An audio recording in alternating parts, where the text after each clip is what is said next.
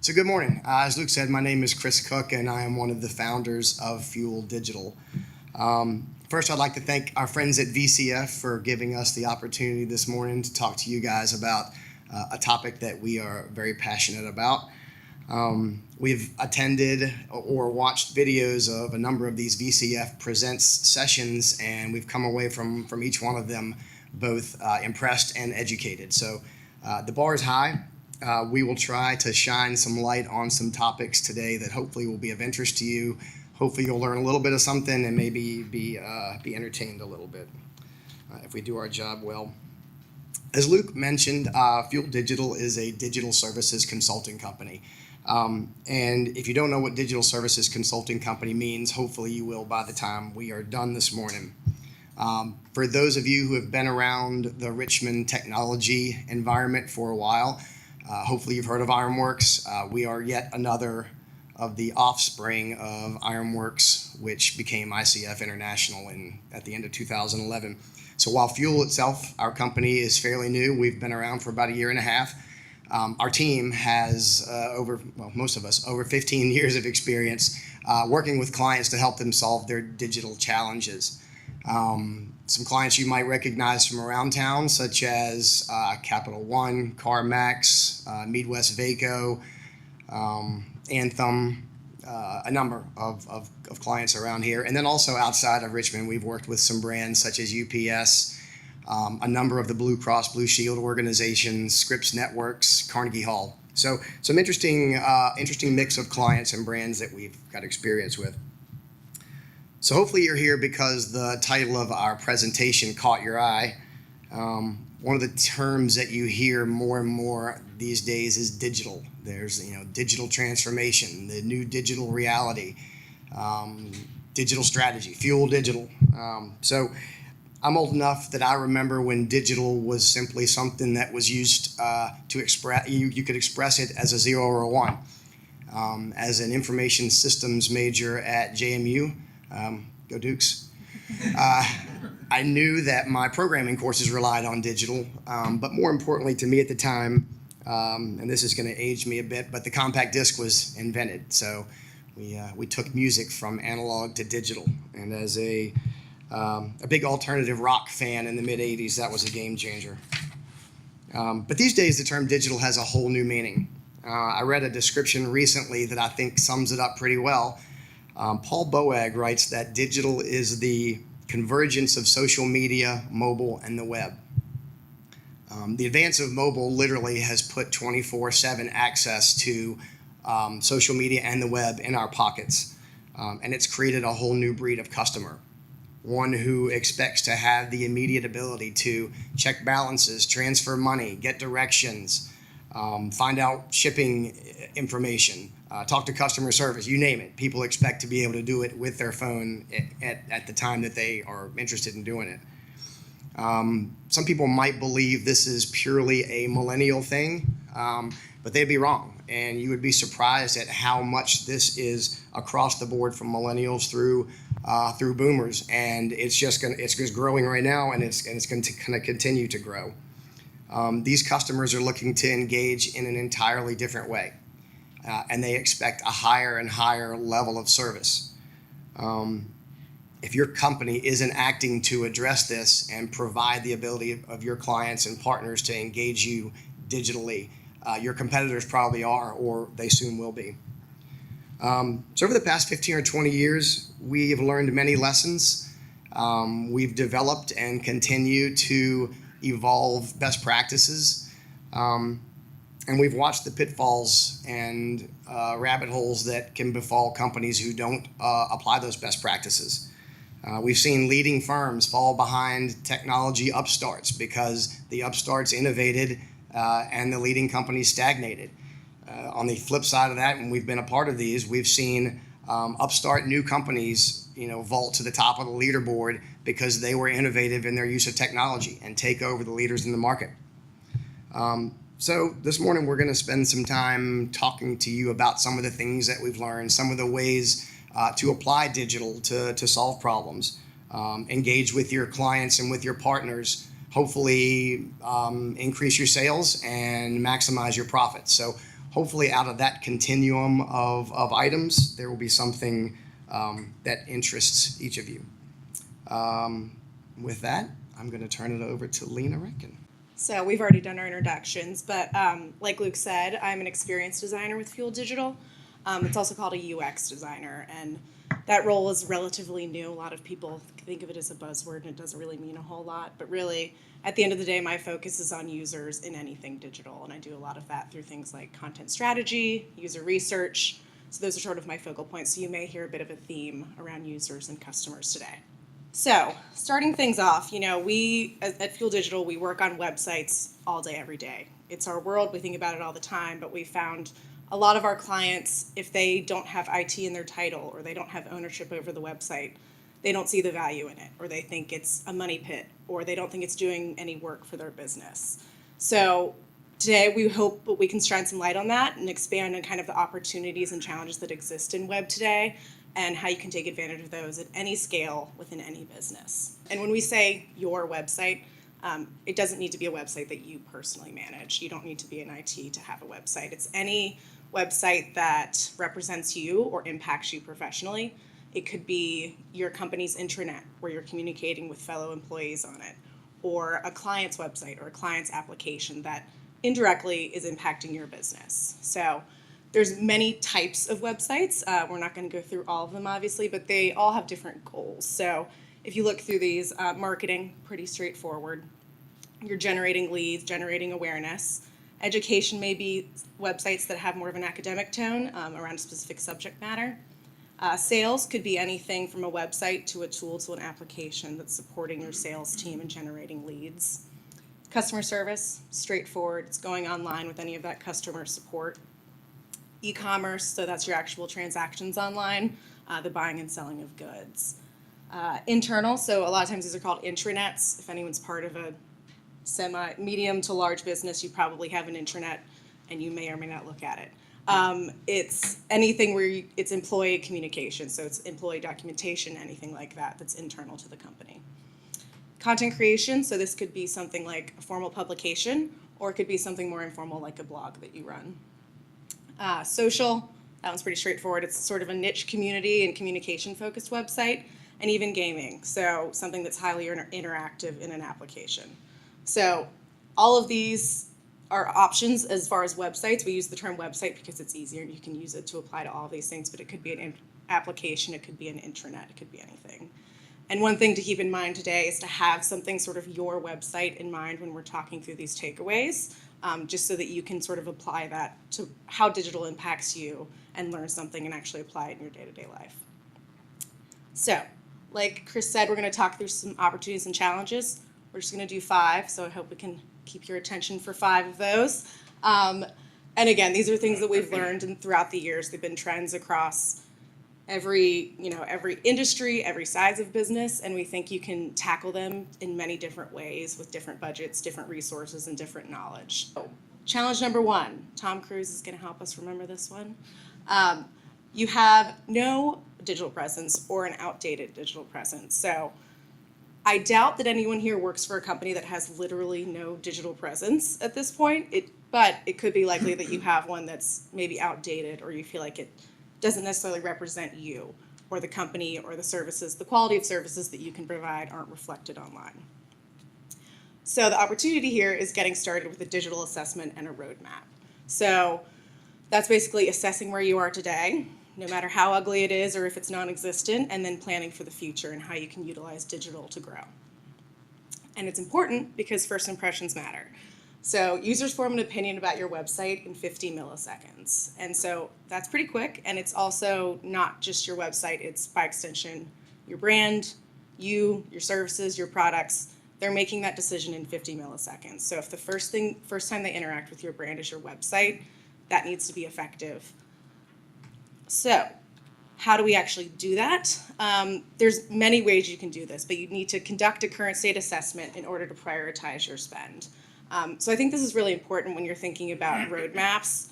Sometimes they sound like buzzwords, or we throw out the word strategy and everyone's like, not interested in paying for it. But it's being smart about your spend. It's there's so many different things in digital and trends, and someone might say, I want to do augmented reality or artificial intelligence, and it's looking at all the things you could do and deciding the right thing for your business and what's going to accomplish what you need it to. So the first, these are all kind of examples of ways we accomplish these things. So the first thing we'll do is a current state assessment, which is exactly what it sounds like. We look across all of your web properties, if you have multiple, and just assess how things are working today, where there might be gaps, what's working well, what's not working well, get a feel for sort of the current state. Then we'll usually do a competitive analysis. Competitive analysis is really useful because you can get a feel for not only your direct competitors and understand what they're doing well, but also aspirational competitors or people that aren't even in your industry that are doing really great things online that you want to emulate in your website. We'll also often do content audits, so that's in the bottom right here. That's basically doing an inventory of everything you have today, content-wise, and that includes imagery, assets, PDFs, web pages, everything. And I don't know if it's true for you all, but many of our clients have no idea what they have today. Like, they don't have that inventory. They don't have someone that owns that inventory today. So even that activity is very eye-opening to understand just the volume of content that might be out there and what might be repetitive, what might have gaps, where their opportunities are. And then based on all of that current state assessment, we create a digital roadmap. And that can look a lot of different ways, and it can span a couple of months, it could span a couple of years, but again, it's prioritizing your spend. So based on what you have today, what your goals are, what KPIs you want to hit, what other internal things are going on, so other projects that you need to be aware of with your digital strategy, your resources, the amount you want to invest. We sort of take all of those indicators and compile them into a roadmap so that we want to spend this much this quarter and we're going to accomplish this. And that's feeding into this long-term plan. So that is a lot. Obviously, that is when you know that your business is either really behind or you really want to prioritize digital within your business. Some people don't want to do that. Either they don't have the resources, they don't have the ownership to make that decision, or they don't see the value in sort of doing that long-term investment. You can also do kind of a quick fix. So instead of doing that kind of full-out current state assessment, we do things called just website refreshes, which is basically lifting and shifting whatever you have currently. So maybe the content isn't great, but we just sort of move it over to a new platform. Something like, a management system that's something that internally you can manage easily instead of having someone that needs to be in IT to manage it, something that's responsive. And we might refresh the design, but we won't do like a whole rebrand. So obviously the cost of that one is far lower, but you do get immediate results. It's more accessible to your users and the experience is improved. But the long-term roadmap is something, again, when you're sort of trying to change your business, when you're trying to transform digitally. So challenge number 2, mobile. So in your current state assessment, you probably pretty quickly learn whether or not your website is mobile friendly. A lot of them are not. A lot of the older ones are not. Everyone's tried to open a page on their phone and had to like flip it horizontally and zoom and pan across and use their pinky to hit a button. It's clearly not made to work on mobile. And so the opportunity here is just to develop a responsive website. And all that means is making a website that works on any device. So we use a framework that renders it appropriately depending on what size screen you're looking at, whether it's any type of phone, tablet, desktop, any of those. And it matters because virtually everyone is on mobile. So the statistic is mobile devices now account for nearly 2 of every 3 minutes spent online. So that's across researching, shopping, comparing services, conducting transactions, social media, all of those things, most of it's happening on mobile. So to ignore that would be an error. So to actually develop a responsive website, so we do these all the time. We don't make websites that aren't responsive, and you should not pay anyone to make you a website that is not responsive. So it starts out with us just really thinking mobile first, and that's kind of the opposite thinking of what we have from the past. So you think about what's most important on your website and you streamline the content and the functionality to align to that works on a mobile phone, and then you can add features and enhancements once you have sort of more real estate going onto a desktop screen. So again, that is completely opposite from when you see a website that is jammed into a small screen, and you can't accomplish anything because they've tried to take everything from desktop and put it on mobile.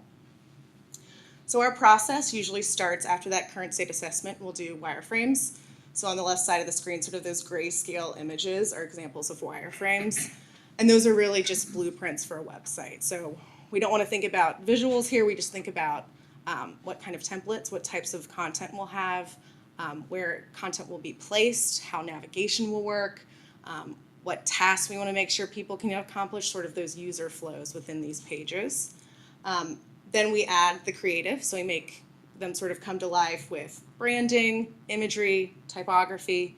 All of those things kind of bring the website to life, and then we actually build it.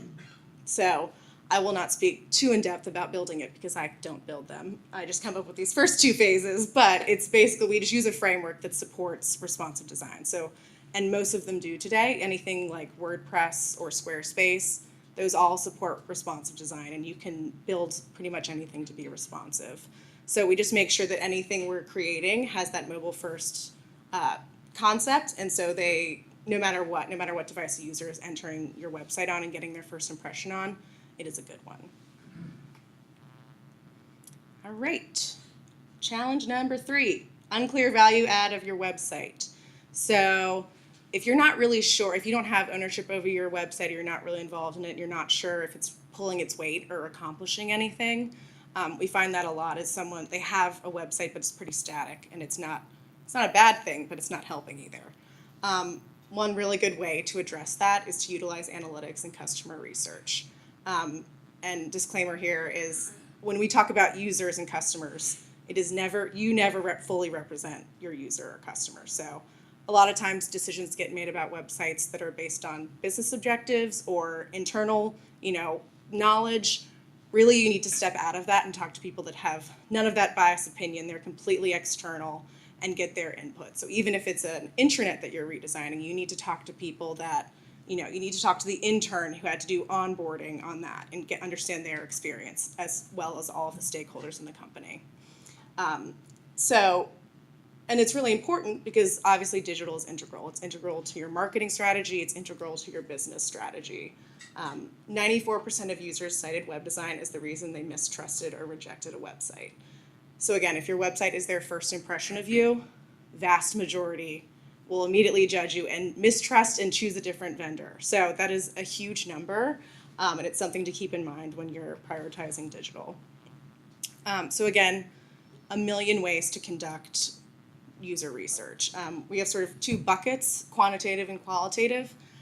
So quantitative, you can use things like Google Analytics to sort of track your users. So it's a little bit Big Brotherish, but you can track, their activity, where they're coming from, what pages they stay on the longest, what pages they drop off of, which is important, what links they're clicking, sort of gather all of that data to understand where the pain points might be. So you'll see, if no one's clicking a link or everyone's dropping off within your checkout process at the same step, you can identify that as a probable pain point.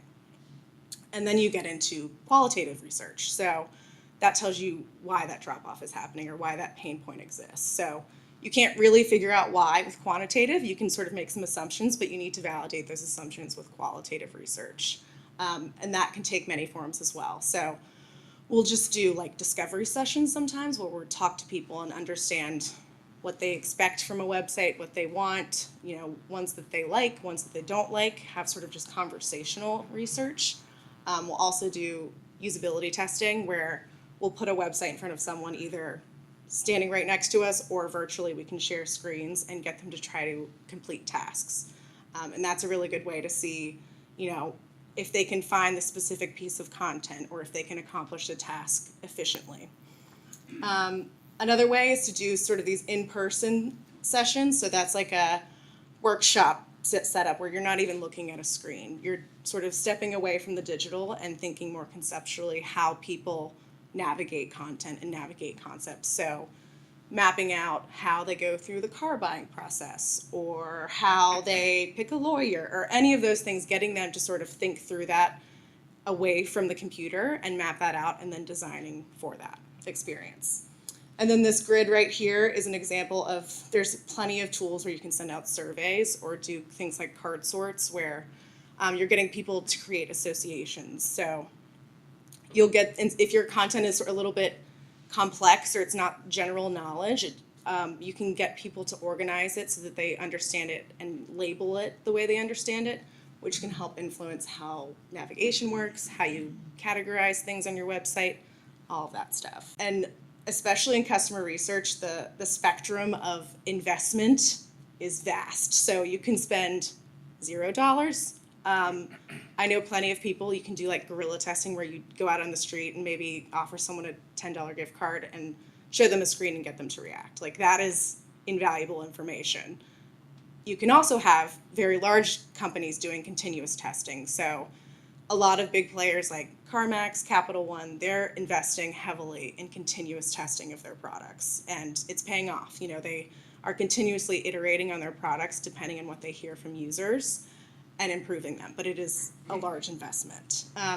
Another big factor is what tool you're using. So if you Google user research tools, there are zillions. I mean, there's, for any kind of test you ever wanted to run, there's a tool.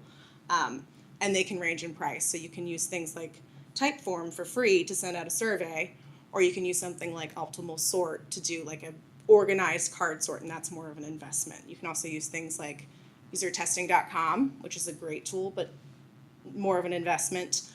Or you can do, again, things that are sort of offline and more incentive driven, and you don't have to make as big of an investment. But the moral of the story is you're getting that user input that you cannot get anywhere else. You can't determine that internally because everyone's too close to the product. You have to sort of ask your actual users and your actual customers.